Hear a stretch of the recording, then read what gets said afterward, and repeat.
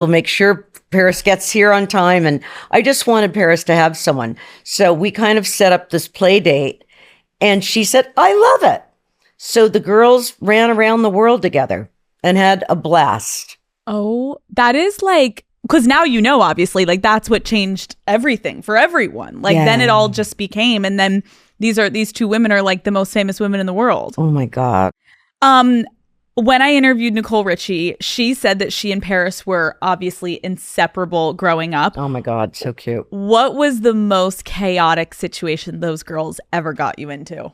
Well, we were in Las Vegas and Rick gets a call from the police department that they had snuck out and they were in Las Vegas on the Strip. And so, I mean, Rick was furious. How did you feel?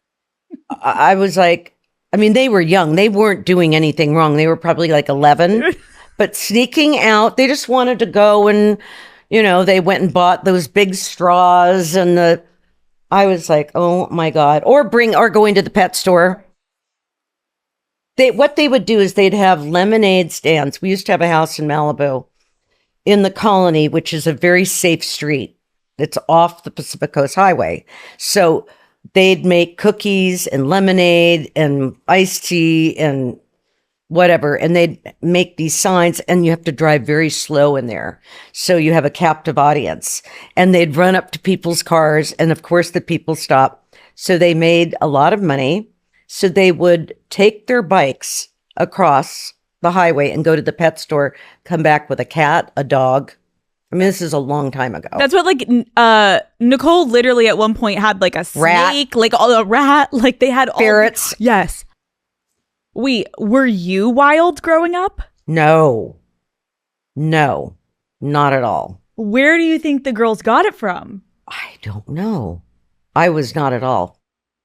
I'm picturing you when you get these calls, because I know eventually. I mean, I snuck and had a couple cigarettes. We'd go to Westwood Village. And I remember going in the alley, because I used to go to this place called Woody's to play pinball. Okay. Because I was a pinball wizard. Oh, Kathy. And I was a show off. Oh my God. And, you know, I'd have my little bike and do little wheelies. And, oh yeah. So I'd rub pickles all over my fingers to get the smell of the cigarette off. Did that work? Okay, see, you had the awareness, like you knew how to get through, like, okay, I can't have my parents from A to C. So, but I never wanted to, like, I just wasn't. Yeah. I didn't have it in me to want to. I had a lot of fun though. Obviously, there was so much that went on of you getting calls, wondering where Paris was in moments, and the chaos of like her teens and her 20s. But now that she's a mother, how has your relationship with her evolved? I mean, I am so proud of her. I'm proud of all of my children. And she went through a lot and it breaks my heart. But I have to tell you, I am literally bursting with pride. And parents out there, you will get through it. Mm-hmm. Every cell in her body, of all my children, I am proud of them and I love them and they're my everything. And my grandchildren and my husband feels the same way. They're our life. Let's talk about your husband, your relationship. You guys met when you were 15. I was 15. He was 19. What attracted you to him? He looked like a blonde surfer. Where did you meet? We met through a friend. And he was going to school in Denver, so he'd kind of go back and forth. You guys got married when you were 20? 19. I had Paris at 20. Oh my God. Okay, wait. How did you know you were ready for marriage? We had gone on this ski vacation to Lake Tahoe. And when it was time to leave and to go back, he was going to go to New York to go work for an investment banking firm. So we are lying in bed watching the Flintstones. Okay. And he looks at me and he goes, you know, we need to pack up and everything. We'd been there for a while. And he said, we need to go home and tell, you know, your parents and my parents that we're going to be getting married. That's how he told me. What was your reaction? I just remember driving back in this pickup truck to LA with him. And he dropped me at my house. And he said, I'm going to go home and take a shower and then come back and pick you up. And I remember holding on to him and just like starting to cry. I don't want you to leave. Like, not even for a minute. And it's been, what, 45 years of marriage? Yeah. How do you think over the 45 years you guys have grown together? I think it's just, I don't have one regret. I don't have one regret. I really believe that God was, I really have angels there. Because it, you know, coming from a divorced family, I never wanted that. And I think that the girls really take that seriously. You know, they really respected and they waited. They wanted to find the right person. Yeah, that's really beautiful. And my boys as well, because a lot of their friends their parents were divorced. And when I was little, there wasn't as much of that. And I almost felt shameful. Like, that might sound strange, but it bothered me. I think that's normal. I think a lot of people, if you come from divorced family, you're like, I want to do it different. Or if you have parents that stayed together, then you have the pressure of like, I need to have that too. Like, you're always kind of comparing yourself to what your parents had or didn't have. So I can see where Nikki and Paris are probably like, oh my God, we're looking up to this beautiful 45-year relationship. Which is so sweet that they see that. Yeah. And that they say that to us. Do you have any advice for people who are watching that are looking to have a long-lasting relationship? Like, what does it take to have a long relationship and a marriage? I think it takes a lot of give and take. You know, the old cliche, don't ever go to sleep mad. I think try to spend as much quality time together and to keep the right influences around. Like, you don't want to have a couple around that's fighting, or, you know, the guy's watching the football game and, oh, look at the cheerleader, she's so cute. Like, if that was done with me, that guy would never be in my house again when I was younger. I love that. I love that, Kathy. Like, I think you're right. I do think it's like sometimes you can look at friends around you and be like, oh, well, at least that's not our relationship. But if you're allowing it to seep into you and you're it becomes acceptable, and you have to learn to keep it exciting and a little mystery. Oh, how do we do that? And men don't want to hear a lot of gossip, complaining. You really have to, or whoever your partner is. Okay, let's talk about the Cheesecake Factory. Because what, the Cheesecake Factory? Oh my God. I've heard that you and your husband have been spotted at the Cheesecake Factory, yes. And you guys kind of love to go on date nights there. Is that true? We will go there once a month.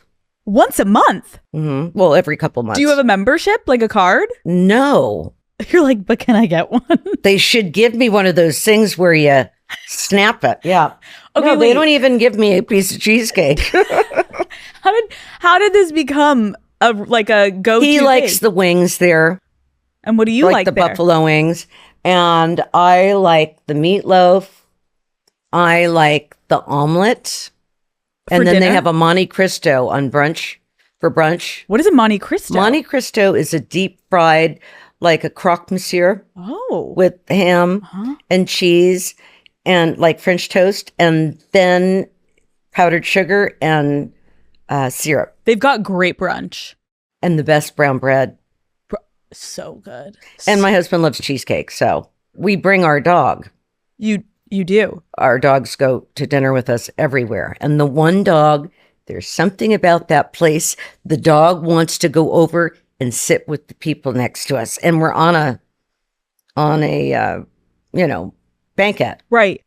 So the dog will go and sit there and put his little head on their lap. I love that for your dog. That's I know, is that cute? I'm That's like, really come fun. back here, Moda. Okay, on the show, you revealed that you don't sext Rick, but you have some steamy pictures locked in your safety deposit box at the bank. Yes. What is the story behind these pictures? He wanted to take those pictures when we were younger and we were in Miami. Oh. And there was a mirror on the ceiling. So, of course, but it's very tasteful. I got into a very cute little position. And you can't, just like the little side of my butt showing. And so they're in the bank. They're in the bank. Not your house safe. No, I moved everything out like 5-6 years ago. Just in case. Yeah, why? Is there any other like interesting things like that in the box? No. Just those photos. Exactly. And since they're in the box, do you think Rick ever goes to the bank to look at the pictures, or are they just there for a rainy day? I don't think he's over at the bank. Okay. Okay, that's so fair. Call Her Daddy is brought to you by Shopify. I think my favorite part about growing unwell has been hearing from the Daddy Gang about what you guys want more of, whether it's a new hydration flavor, you want to have an event, or just creating sweats for us to all be cozy in and lay and lounge and watch more Call Her Daddy episodes. So much of what I do business-wise is influenced by all of you. Sometimes starting a new business idea, though, it's not just about starting with a product, but it's really about finding what product your community needs first. And when it comes time to launch, turn to Shopify, the commerce platform trusted by millions of businesses. You can literally set up an entire online store in a day. Like right now, Daddy Gang, you could be setting yours up. Everything is conveniently managed in one platform, and you can tag and sell all of your products globally and across all major social media sites right from your phone. There's also Shopify Magic and AI tools like an AI assistant that helps with reports, editing images, and content ideas. Trust me, the content that you launch alongside your product could be a huge game changer for sales. I also love using Shopify to track sales and data and see what products our community wants more of. And not only can I sell online, but Shopify helps with sales at in-person Unwell events and pop-ups too, making it way easier to see what products you're all loving. So, Daddy Gang, it is time to build your brand. Head to shopify.com/daddy to see how easy it is to start your business today. That's shopify.com/daddy. Okay, what is your go-to excuse for getting out of plans? It's kind of hard to do that. I don't like saying no. I know. So I'll say to my husband, Rick, can't you tell them? And he'll go, no, you have to learn to do that. I go, we've been married 45 years.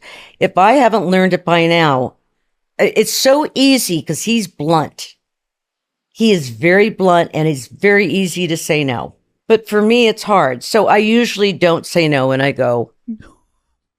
You go or you use Rick and he'll say no. Exactly. Okay, what has been your biggest slip up on social media? Okay.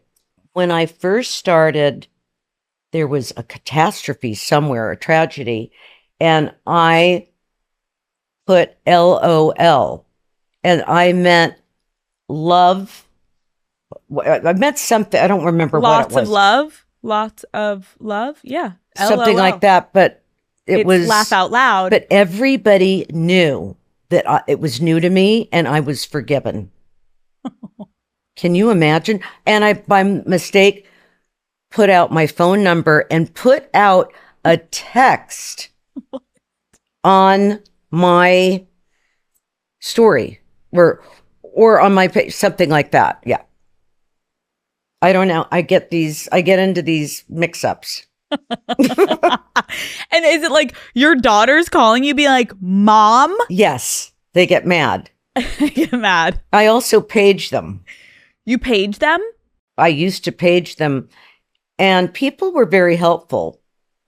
They didn't get mad at me. A few people said, you use this as like it's your answering machine, or these are all your Insta secretaries or whatever. But I would page them and I'd say, please please help me to get Paris or Nikki to call me right away. And So their phones start blowing up. wait, and who are you paging? The girls, because they're not answering their phone. And you're paging people to get the girls to answer their phone? On Twitter.